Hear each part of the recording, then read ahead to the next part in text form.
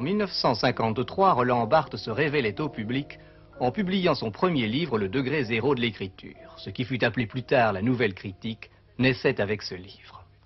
20 années se sont écoulées et votre œuvre Roland Barthes s'est enrichie d'ouvrages tels que Mythologie et d'essais sur des écrivains comme Racine, Sade, Michelet, Balzac, tous étant bien entendu abordés et même éclairés selon une méthode qui n'a rien à voir avec la critique traditionnelle.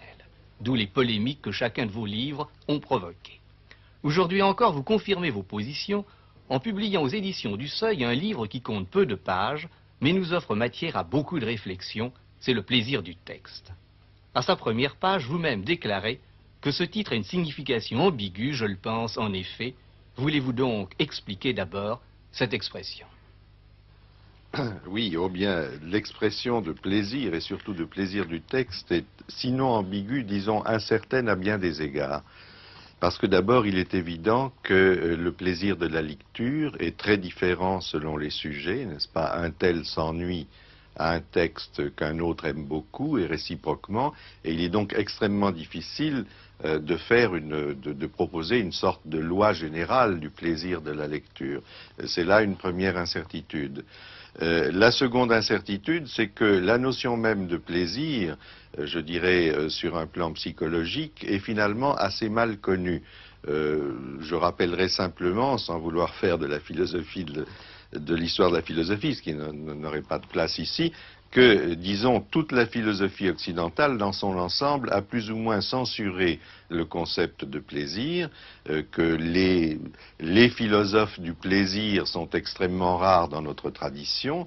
On peut citer surtout des philosophes finalement ou très lointains ou marginaux, comme Épicure, ou disons comme Sade, ou peut-être même comme Diderot, et que par conséquent, quand nous parlons de plaisir, nous devons lutter avec une certaine résistance culturelle. Le plaisir, c'est une notion générale qui est futilisée par l'opinion courante.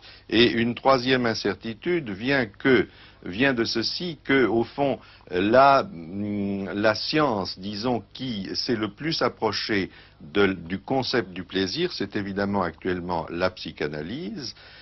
Mais la psychanalyse alors introduit des nuances, des différences entre différents types de plaisir, et je me suis servi, si vous voulez, d'une opposition qui, je crois, est assez utile, même si elle n'est pas absolument vraie. Elle a une valeur, disons, de guide, de conduction, de conducteur théorique. C'est l'opposition entre le plaisir et la jouissance. Quelle différence faites-vous entre ces deux termes? Oui, enfin, disons que je ne veux pas faire un sort définitif à Mm. cette distinction qui est subtile, et surtout je ne voudrais pas qu'elle permette de dresser un palmarès rigide entre des œuvres ou des textes de plaisir et des textes de jouissance.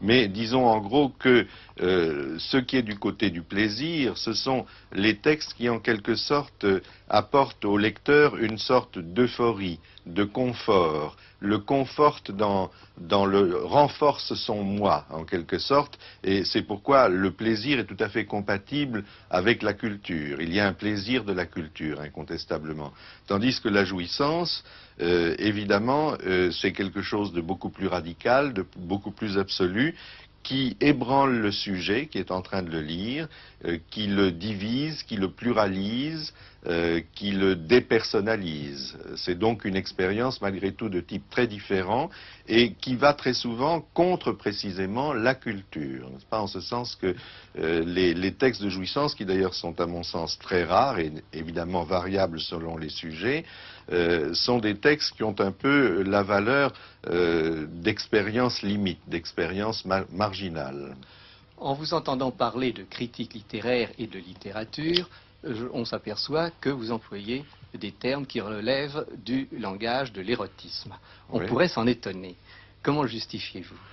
Écoutez, justement, je crois au contraire que si j'avais une sorte de précaution à prendre, ça serait de ne pas employer le mot érotisme, non pas du tout par moralisme, mais au contraire parce que c'est un mot qui est maintenant devenu extrêmement galvaudé et qu'il n'y a pas grande originalité à parler d'érotisme.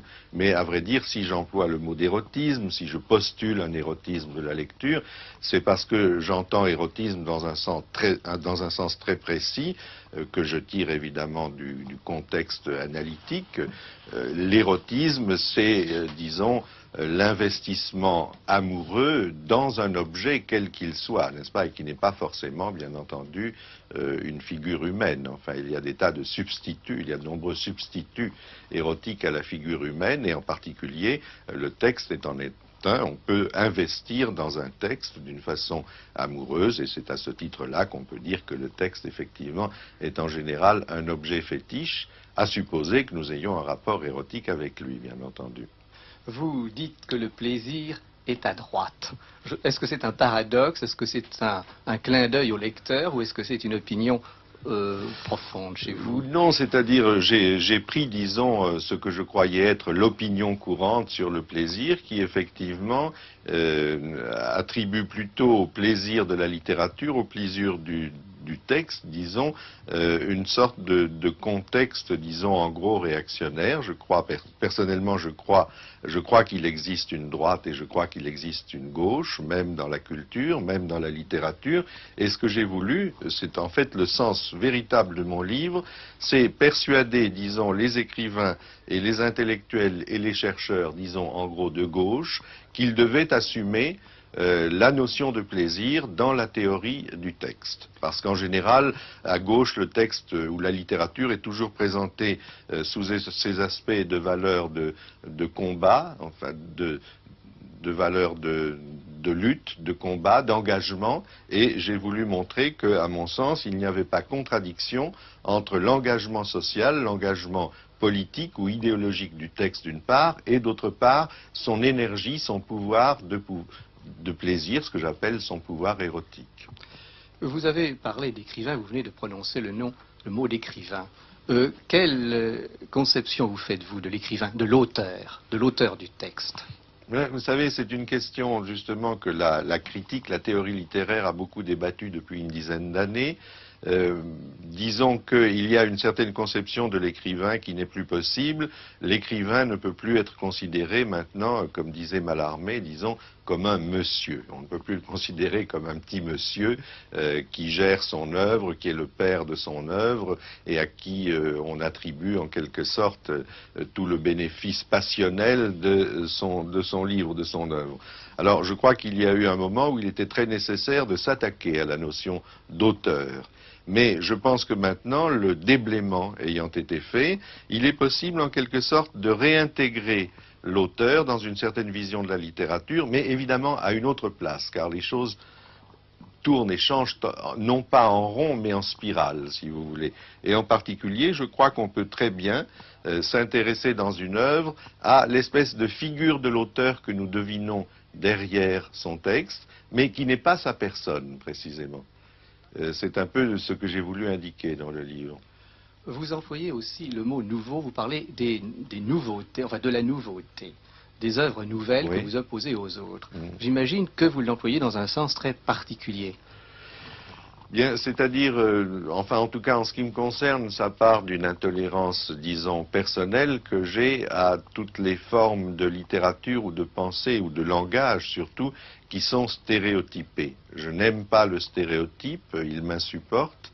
Et par conséquent, je crois que notre histoire même, en ce moment en tout cas, nous appelle à aller sans cesse de novation en novation. Par conséquent, pour moi, le nouveau a une sorte de valeur cathartique, enfin de valeur de purification en soi. Quels que soient les contenus que ce nouveau amène, le nouveau est une sorte de démarche dialectique absolument nécessaire dans notre histoire actuelle. Oui, nous sommes une société mobile, n'est-ce pas? Et par conséquent, nous devons aller chaque fois plus loin, plus avant et ailleurs. Vous dites le nouveau n'est pas une mode. Oui, je dis cela parce qu'en général, c'est l'objection qu'on fait très souvent aux nouveautés. On dit ce n'est pas important, ça n'est qu'une mode. En réalité, d'abord la mode, ça peut être quelque chose d'important, c'est quelque chose qui est important pour l'histoire même de la société. Et je pense que la recherche de l'innovation, qui est d'ailleurs toujours très difficile parce qu'il se produit très facilement une sorte de stéréotype du nouveau. Et c'est pour ça qu'il est difficile de faire vraiment du nouveau, mais je crois que l'innovation, c'est quelque chose qui est absolument nécessaire à la dialectique même de la société. Nous sommes une société mobile, nous ne sommes pas une société immobile, il faut l'accepter, et par conséquent, l'innovation, c'est ce qui nous fait marcher, et au fond, nous devons adhérer à cette sorte de mouvement. Une lecture n'est jamais quelque chose, une entreprise innocente, et comme vous en parlez en termes érotiques, on n'est pas surpris de vous voir prononcer le nom de perversion de la lecture. Oui. Oui, vous parlez justement de lecture tragique et de Oui. lecture dramatique. Oui, Où mais là, s'introduisent les perversions. bien sûr, mais parce que, comme toujours, je me réfère à un sens précis du mot perversion, au sens qu'il a dans la psychanalyse freudienne. Dans la psychanalyse freudienne, la perversion, disons, c'est cette disposition qui, en quelque sorte, sépare le sujet en deux. Enfin, Freud emploie le mot de cliver, de clivage. Le sujet lecteur, par exemple, est clivé en deux, et une partie ne sait pas, ou une partie entre en contradiction avec l'autre partie du sujet. Et si j'ai appliqué cette notion à la tragédie, c'est précisément parce que, par exemple, le spectateur antique d'une tragédie connaissait très bien l'issue, la fin de l'histoire qui était représentée, par exemple l'histoire d'Œdipe, connaissait très bien comment la tragédie finissait, et pourtant il faisait comme si il ne connaissait pas la fin, n'est-ce pas? Il éprouvait autant d'émotion et de plaisir que s'il n'avait pas connu la fin. Et c'est précisément cette espèce de clivage qui définit, à mon sens, la perversion. Vous dites à la fin de votre livre que l'on assiste actuellement aux efforts que fait l'artiste, et particulièrement l'écrivain, pour détruire l'art. Est-ce que c'est la fin du texte, justement? Oui, alors d'ailleurs, cette formule, je l'ai employée beaucoup plus en pensant, disons, à la peinture, en mettant des guillemets au mot, puisque précisément il ne s'agit plus vraiment de peinture, qu'en pensant à la littérature, n'est-ce pas? Je crois effectivement que dans les ordres dits plastiques, peinture, sculpture, il y a une sorte d'effort, d'ailleurs absolument comment dirais-je, impressionnant, pour arriver à une sorte de destruction de la catégorie même de l'art, de l'esthétique. Alors, je crois qu'en ce qui concerne la littérature, c'est plus complexe. On ne peut jamais assimiler un texte à une œuvre picturale, à une œuvre visuelle, parce que tout simplement, le texte, de quelque façon qu'on s'y prenne, véhicule du sens, n'est-ce pas? Le texte, c'est du langage, et par conséquent, la destruction du langage ne peut jamais être véritablement opéré par le texte. Et par conséquent, je pense que pour le texte littéraire, il y a, disons, les problèmes esthétiques sont entièrement différents.